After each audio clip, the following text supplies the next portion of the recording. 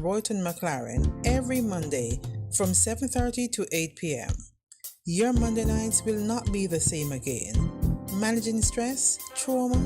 Let's talk on youth empowerment and resilience with Royton Mclaren on Best 100.5 FM every Monday from 7:30 to 8 p.m. The station that makes you feel good. I love the station. I think it's great. My station. Moving. This is my station. Moving. Keep it right here. Keep it right here. Bess FM. Keep listening. Vejan Printers for all your printing needs. We specialize in calendars, flyers, brochures, and more. Call us today at 968-7506. That's 968-7506.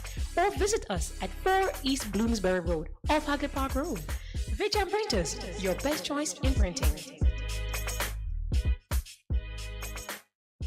It's good, it's better, but nothing beats.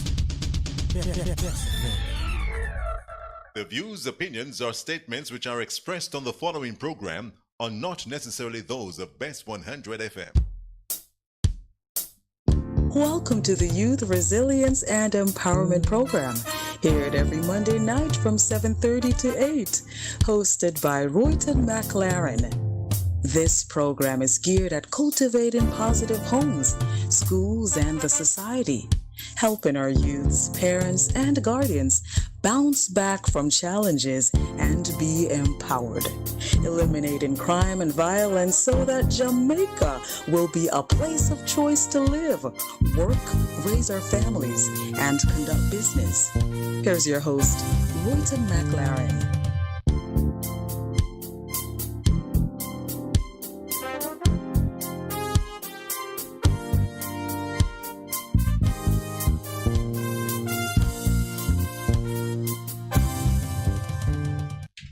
All right, welcome to another night's program, Youth Resilience and Empowerment on Best 100 FM. I am your host, Royton Mclaren.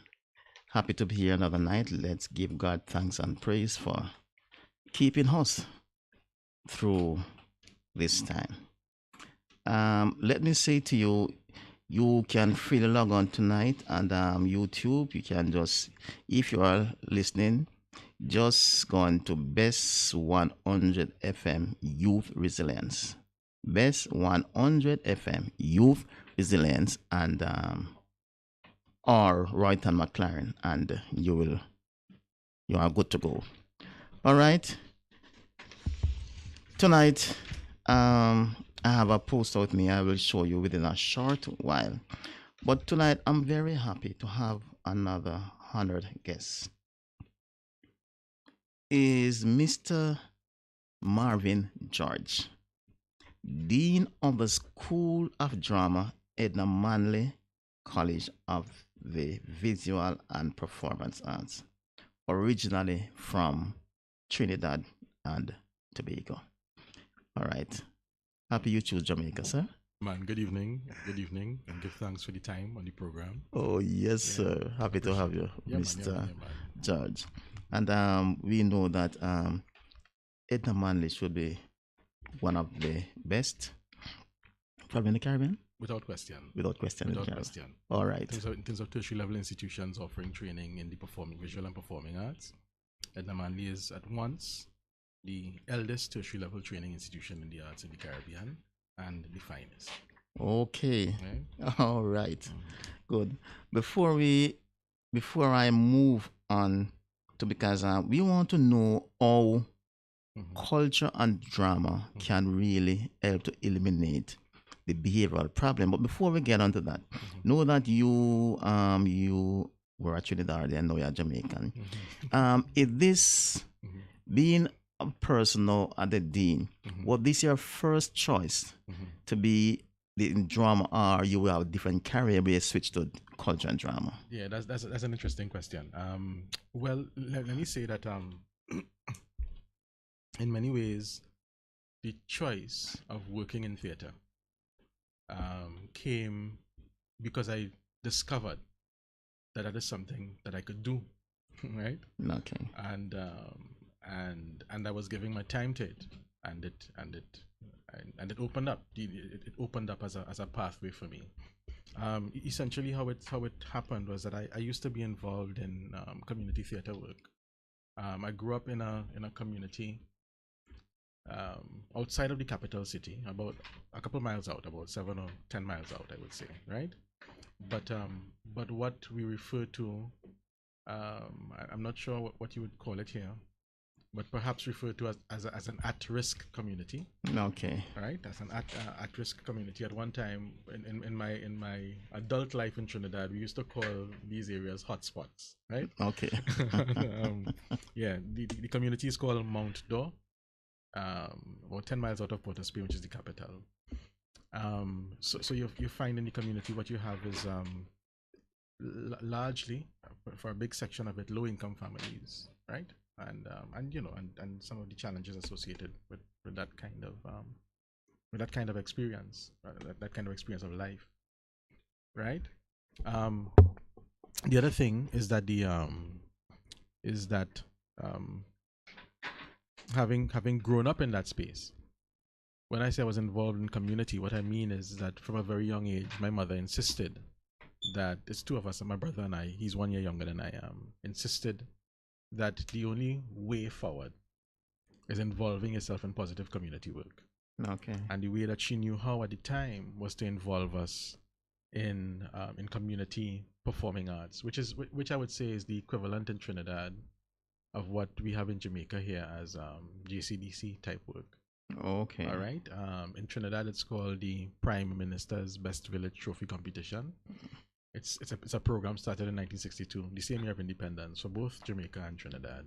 Okay. And what it sought to do is to go in communities and engage communities in making cultural performances that that showcased what we remember about tradition and so on. Okay. And also demonstrating skill in music and dance and theater and so on. So my mother insisted on that, and at the same time I went to what Jamaicans would call, I think you call it here, a traditional school. Right. I went to right, Queen's Royal College, and I discovered that I liked English literature. But in a traditional school, you wouldn't have drama, at least not in the 1980s, right? I went to school in 1987 to 1994. I did 6th form A levels. In that time, CXC wasn't offering drama, so and in a traditional school, that's not a thing. Traditional schools, because they're part of the old colonial order, largely. Okay. What they're interested in is training people who would become the next set of doctors and lawyers and these types of things, right? And so working in the arts is more of a hobby. And I'm not trying to bash the school or anything, because my time there was quite good. But I'm just saying that there was no drama there. But I suspect that in finding literature, English literature in school, and the power of what I found in reading, the beauty and power of what I found in reading, and then moving into and then when I get home in the evening, dealing with traditional culture, right? Not so much the thing that is published from Europe in the books that you read, but dealing with your traditional culture at the community level. That what opened up for me is this space named theater. Okay. Right? Because it's performance meeting literature, that's the two loves. And then I just followed my path from there. I just followed what it told me. Okay. From there, right? That's it. Right. What were some of your challenges? Mm-hmm. You mean in discovering where I would end up? Or right. Yeah. Was it difficult? Was it? Yeah. Tell us some of your challenges and your bounce back you have before coming to Jamaica. Yeah. It's well, I would say it's mostly those challenges. The challenges I think that matter, and given the conversation, I suspect is when I was younger, right? The first, I think the first major challenge I recognized, but I didn't know then it was a challenge. I only recognized a challenge on reflection. Okay. Right? I but when you're growing up, you're just growing up. You're not, life is life, right? You're right. But I think the first major challenge for me was recognizing my own possibilities. there's a way in which when you grow in some of these in some of these communities, when the norm of something becomes the norm, you can't see. You can't see. So you don't know what your potential is. So like I'd gone to a school that in anybody's imagination is a quote unquote good school, let's say, right? Okay. And I did CXE. I didn't do too badly. I did A levels. I did all right. But I never thought, even as somebody who went to what might be the top school, perhaps in the English speaking Caribbean, right? That's how good the school is. Okay. I can't see that I could do anything, and what I mean by that is, beyond my A levels, I had no concept of what I could do. And that's because the community doesn't teach you what you could do. It doesn't. Okay. Right? So I found a job in a supermarket, wrapping and so on. And again, I don't mean to say that there was something wrong with the job. I'm saying that when you educate these guys in traditional schools, traditionally they might not find a job in a supermarket. Yeah. Right? They're educated with the confidence that they could do things in the world, right? But not me. I do CXC, I do A levels, and when I done, I was like, well, I just need to go find a job. I went and I found a job. I found a job as a wrapper in a supermarket. Okay. And I did that. Right? I learned a lot from doing that. I learned perhaps mostly about people. All right. Before Right? talking, come to Jamaica.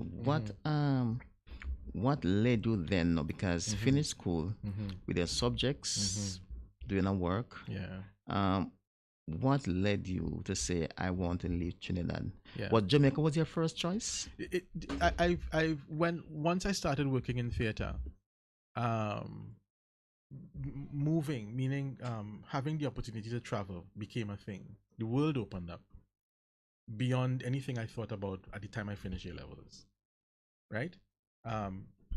After the supermarket job, I worked as a Western Union operator. Then I found myself, somebody found me as a Western Union operator and said, let's put him to work in the bank, because I had qualifications that could get me a job as a bank clerk.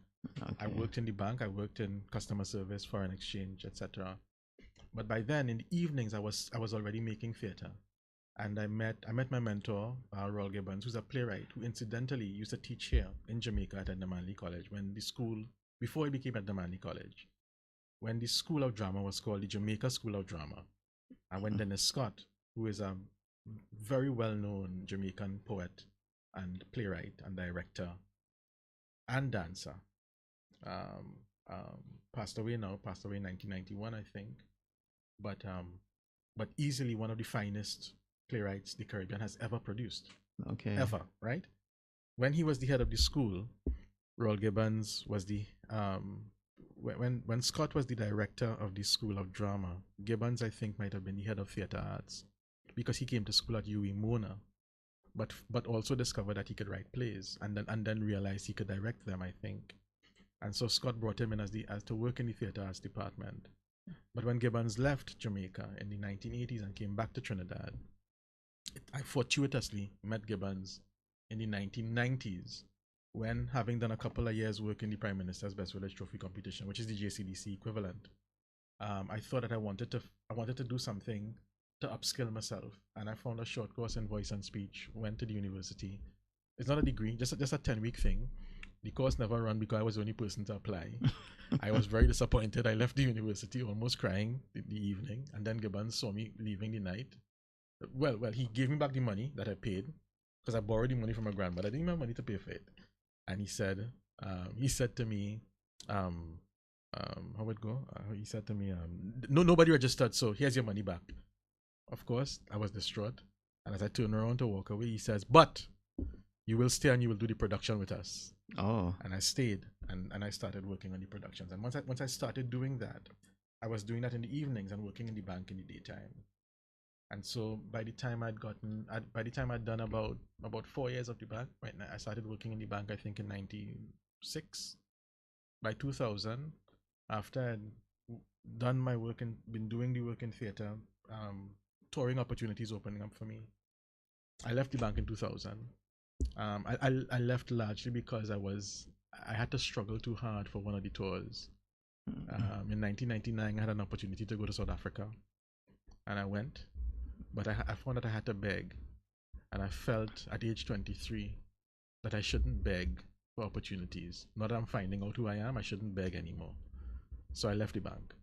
A very promising career. When you say beg, what do you mean? Meaning I had to beg for permission to go to South Africa. And I find that if an opportunity for me to travel to South Africa came up for me as a young artist, that the employer should be willing and happy to let me go. Okay. And I found that they were not as willing and happy as I was to go. So they eventually did give me permission. But I felt that once I gone through that process of begging, that I had to part ways with the institution. And so I went into theater full time at the age of 24. Right? I left the bank. I had a bursary to do something in management or something of the which. But I went as a freelancer in theater. I dropped out of the management program because I realized I didn't like that either. Right? And then I went into a theater arts degree and I did theater full time as my study and as my practice from there on. All right, we hop on a break. We are going to take a short break. When we come back, we are going to hear now about what you're doing at Hedaman. Yeah, man, no problem. Welcome to the Youth Resilience and Empowerment Program, aired every Monday night from 7:30 to 8, hosted by Royton Mclaren. This program is geared at cultivating positive homes, schools, and the society, helping our youths, parents, and guardians bounce back from challenges and be empowered, eliminating crime and violence so that Jamaica will be a place of choice to live, work, raise our families, and conduct business. Here's your host, Royton Mclaren. Welcome one and all. When the Youth Resilience and Empowerment, hosted by Royton Mclaren on Best 100 FM, will be hosting a parenting seminar on July 27 at 5:30 p.m. with the theme Positive Parenting for Future Generation. Special guest, former SSP Oberlin Smith White, and presentation from the gun to the pulpit evangelist, John F.K. Martin. There will be a special performance by the Edna Manley Drama Team. There will also be a panel discussion with Brother Desmond White from the Pentecostal City Mission Church and Reverend Delrose Hart, both Zoom and face-to-face sessions. Tickets are only $1,000. That's the Youth Resilience and Empowerment Parenting Seminar on July 27. Don't miss it. Welcome to the Youth Resilience and Empowerment Program, aired every Monday night from 7:30 to 8, hosted by Royton Mclaren. This program is geared at cultivating positive homes, schools, and the society, helping our youths, parents, and guardians bounce back from challenges and be empowered, eliminating crime and violence so that Jamaica will be a place of choice to live, work, raise our families, and conduct business. Here's your host, Royton Mclaren. All right, welcome back to Youth Resilience and Empowerment on Best 100 FM. Your host here, Royton Mclaren. Tonight with me is Mr. Marvin George. Marvin George is a dean from School of Drama, otherwise Edna Manley, the best in the Caribbean. So we are honored to have Mr. So before I move on, you heard an advertisement here where the Youth Resilience will be. Just want to have a good look, right? This is one of the flyer. Just have a look at it there, right? Just want to see it as right. So as you know, it will be on the 27th of July. We will be having the face-to-face and also on Zoom. We'll be putting on by the Youth Resilience and Empowerment. And you see, very good speaker, former SSP Oberlin Smith White. And this man here, most of us in Jamaica know him. From the gun note to the pulpit. John F.K. Martin. Also, you will hear from the best drummer in the West Indies, Edna Manley. They'll be here to perform for us there. And we'll be having a wonderful panel with Desmond White out of the City Mission Church there in Kingston. And of course, a great woman that is Reverend Delrose Hart. Right? So for more information, please call 832-2661. And of course, you will get more information. And please support. All right. Our time is so short. Welcome back, Mr. George. Before we get back into and before I move on, what I want to say to you, you can easily go on YouTube, type in Bess FM, Youth Resilience, and of course, you will see the program. Okay. Bess 100 FM, Youth Resilience, and you will see the program live now. All right, thank you very much. Mr. George, I know you were talking about, but I think you've been to a few places before coming to Jamaica, right? Yeah. But I know for the sake of time, what I would like to know, right? Tell us some of the things that you know drama can do to eliminate behavior in school. Yeah. The one of the things is that are in youth. Yeah, man. Youth on the whole. Work in drama and theater and work in the arts in general is essentially work in self-discovery. It is at once how you find out about yourself, meaning like what you can do, but the study of people, which is essentially what you study in drama. People, characters existing in particular incidents, is really a study of life. It's really a study of life. And in very many ways, what that does for us is not so much about it's not about modeling behavior, because I don't necessarily believe in that, meaning in this hardcore sense of right and wrong, right? Like do this, don't do that. It's not quite that. Okay. It is, however, that if any one of us is given an opportunity to see life from a distance and to see life objectively, because we are looking at it from a distance, then what we are in fact provided, which is an opportunity to make other choices simply by merits of seeing it from a distance, right?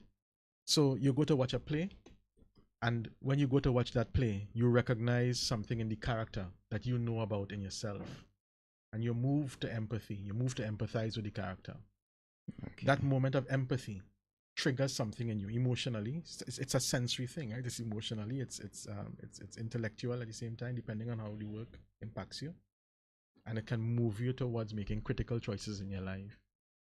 That is therefore the experience of receiving theater, going to see a play. That's what it is about. The reverse of that, of course, in making theater and having to confront characters as the point of from the point of view of the maker, somebody inside the making of the theater. What you're learning, apart from the skill of acting or the skill of directing or the skill of lighting a production, primarily the thing that you're learning is community. It's something that we say to our students all the time. At the end of the day, we will teach all kind of skills, but perhaps the critical thing is community. Because ultimately in theater, what you're learning to do is to work with somebody else and work with somebody else and work with somebody else. Okay. Right? A visual artist, for example, could paint. You take your canvas and you go, you look at the scenery and you paint. But a theater artist ultimately has to depend on the lighting person, the sound person, the director, the choreographer, the vocal coach, right? So you have the visual and what is the other one? Say that again. I think I heard it said visual and what one is what art or what? The college name is the Edna Manley College of the Visual and Performing Arts. And Performing Arts. Yeah. So there's the Visual Arts School. Right. Right. But you also have Performing Arts School. The Performing Arts School are the, like dance, drama, music. Right. Okay. Yeah. Right. But that's essentially what where theater locates you. It locates you in self-discovery. And that critical self-discovery is the point at which we come to terms with, And I totally agree with you when you use the word empathy, because the Edna Manley, some of the Edna Manley students were at our school, and when they were performing, when the bell ring for lunch, everybody just want to get move, up and run, right? Yeah. And they were there and the bell rang, and nobody moved. Yeah, man, it was gripping. Because they were enjoying just a little yeah play that they saw going on at the time.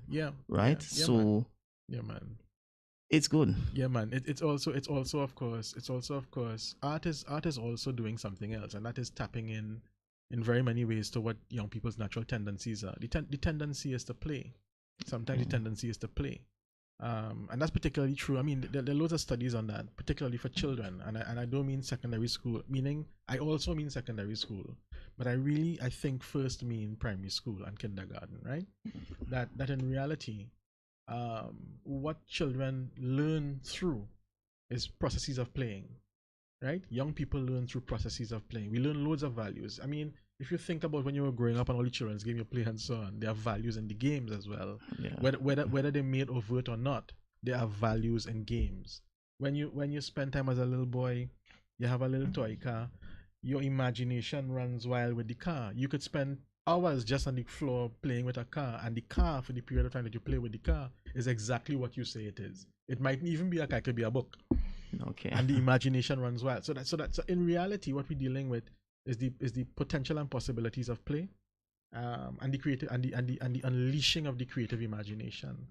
And there's much we can say about the ways in which those things help from children even to adults in dealing with all the with much of what we speak about as negatives. You're talking youth resilience, but it's even beyond this sense of delinquency and so on in schools. It's about attending to much of what is negative in our lives, right? Because again, what you're dealing with is the potential of the person for discovery. The potential of the person for discovery. Yeah. Just have a few minutes. Yeah, man. No is problem. there anyone that I wouldn't want to identify them in an identification with, but is there someone that probably entered the Edna Manley school that probably that person came there with a behavior, and then because of the heart there and everything, that person totally changed? That happens every single year. Every single year. I wouldn't even bother to name somebody. that happens every single year. I wouldn't name somebody also because that is also potentially a breach in confidentiality. But something that happens very often. That happens every single year, right? That you come in and the experience of the time that you spend there is a transformation, right? Total transformation. Now the other thing is, or potential for transformation. The other thing is, of course, that education in those spaces, in tertiary level in particular, is also really, and I know some people don't want to hear this, but this is true, and we must hear it. Tertiary level education and tertiary level education in the arts in particular is really also supposed to be a safe space to fail, right? It's a place for us to come to fail. Okay. What I mean by that is, when you're making art, one of the things you're doing is you're taking risks with what you make, right? I mean, in this business, I think the closest person to what I'm talking about might be a DJ. A DJ knows that you don't get the mix right on the first try. Okay. Right? You spend time mixing and you mess it up and you mess it up and you mess it up and you mess it up until you get it right. Something in the fading in and out, you work out. Sometimes it's the song that you're choosing to move from one to the next one, right? I'm saying that tertiary level education is the space for the messing up. Right? And it's not about behaving bad and all kind of thing. I'm just saying that it's a safe space to fail. You come because you have a likeness for your art. In our case, the art is drama and theater. You come because you have tendencies or some kind of skill, right? And you come and you experiment with the work, and when you experiment, you realize you're failing. And it's sure by the end of time you're going to be perfect. And it's not about being perfect, because nobody's perfect. You're coming out. But the intention is that when you come out, because you've been given a chance to fail, right, that you come out stronger because you've had a chance to fail. So are you saying, now just a minute, are you saying then you think it's good that every school have a drama teacher there? I think it's important for all schools to have, of course, a drama teacher. So if a teacher is listening to me now, they feel free to get in touch with Edna Mali for a drama teacher. They better get in touch with Edna Mali for a drama teacher, right? It's important to have a teacher of the art at your school. It is, again, it is not simply about training the person in a skill that's going to matter for jobs. Right. It's also about training persons, putting people in touch with their humanity. It's about self-discovery. Sorry that I have to cut you. Yeah, man. No problem. Right, my time is right upon me. I want to say one thing before I go, because you're talking youth resilience. One of the things that we're doing at the moment is helping our young people learn entrepreneurship.